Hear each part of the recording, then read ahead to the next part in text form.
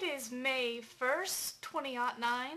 This is the third time I've tried to record this video because my lovely laptop that is a POS will not allow me to upload anything right from my camera because it keeps deleting everything and I'm on my last nerve. On top of that, it's raining buckets outside and storming like there's no tomorrow. It's done this for the last 5 days. I've been filling out this lovely, huge stack of med school applications because they're too pretentious to be able to fill them out online. No, we have to kill a whole rainforest of trees and send you applications that take you 4 days of writing to complete it. I'm about to lose my mind. On to Paper Towns before I completely lose it. So I've read Paper Towns 3 times now, and I figured I'd be over the crying bit at the end. No, I still cried. It's inevitable.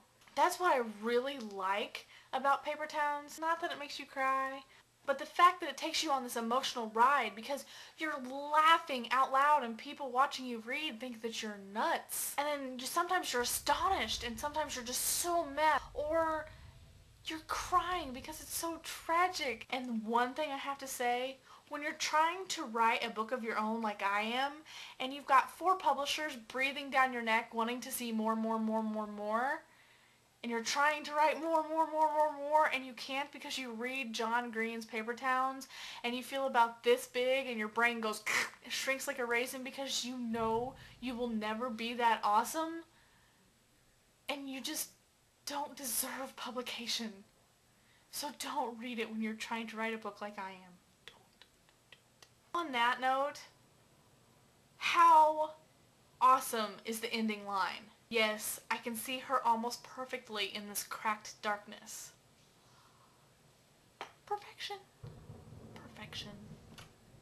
And since I seem to be the only one still talking about Twilight, well, New Moon, I'm gonna say 2 quick little things. 1, when they announced the new director of Eclipse, I thought I was gonna have a heart attack. And not in a good Robert Pattinson GQ cover kind of way. If any of you have ever seen 30 Days of Night, you will know what kind of terrible, horrible, nightmarish tragedy that is. He directed it. He's only directed 2 movies, and now they're putting him in another vampire movie where he's going to be directing vampires who are morally centered and sparkle in the sun and don't rip people apart, and oh, it's gonna be a mess. I'm hoping, but yeah, doesn't make sense to me. Just doesn't make sense.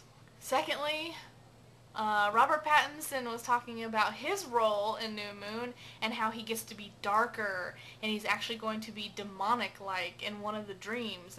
I'm all for that. Yay, woohoo, you know, because New Moon is really kind of a dark, cramped, depressing book until the end.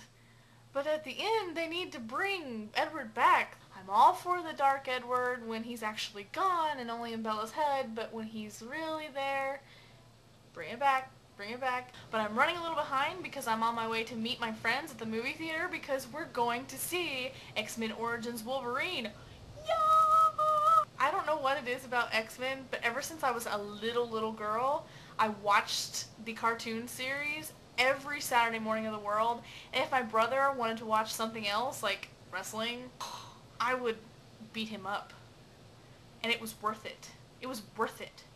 I don't know why, I just really like X-Men.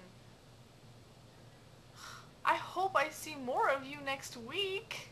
I really do. Next week we get to start Wildwood Dancing. Sounds like a plan. Actually, since today's May 1st, I actually should be starting on Wildwood Dancing.